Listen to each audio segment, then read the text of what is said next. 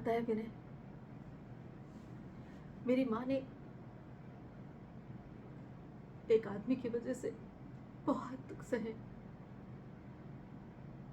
उस आदमी ने माँ को जीवन भर ना भरने वाला घाव दिया। ये बात मुझे बहुत देर से पता चली, और जब पता चली तो मुझे मुझे मुझे आदमियों से जैसे नफरत सी हो गई थी। हर वक्त उनसे चिड़ी चिड़ी रहती थी मैं, और जब चिड़ी नहीं रहती तो उनसे चिढ़ने के बहाने ढूंढ लेती थी। मेरी माँ ने शायद मेरी आंखों में आदमियों के लिए नफरत देख ली थी,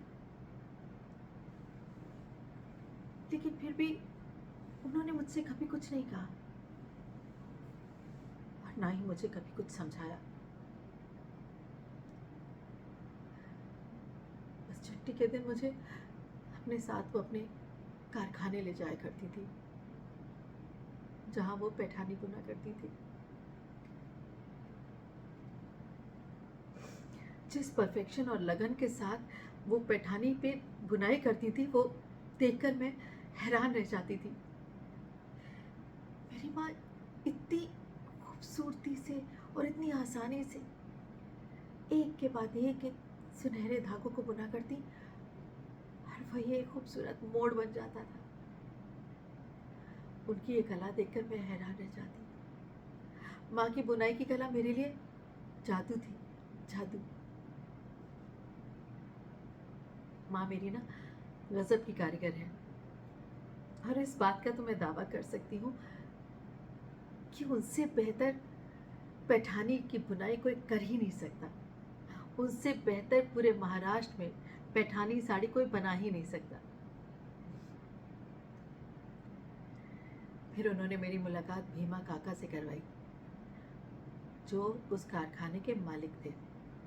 बहुत कुछ बताया उनके बारे में, कि कैसे भीमा काका ने माँ को कारखाने में नौकरी दिलवाई, जबकि उन्हें बुनाई करनी आती ही नहीं थी। कैसे उन्होंने हर बार वो माँ को पहले ही पगार दे दिया करते थे, चाहे साड़ियाँ बिके या ना बिके। भीमा काका ने कारखाने में नौकरी दिलाकर ही नहीं सिर्फ माँ की मदद की,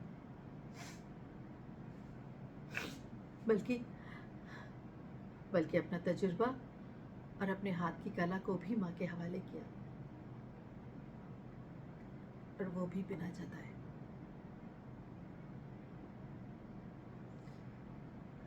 तब जाकर मुझे धीरे धीरे समझ में आया कि दुख का संबंध किसी आदमी या औरत से नहीं होता। अगर जीवन में दुख लिखा है तो वो आएगा। अगर किसी आदमी के हाथों दुख भरना लिखा है तो वो भी भरेगा।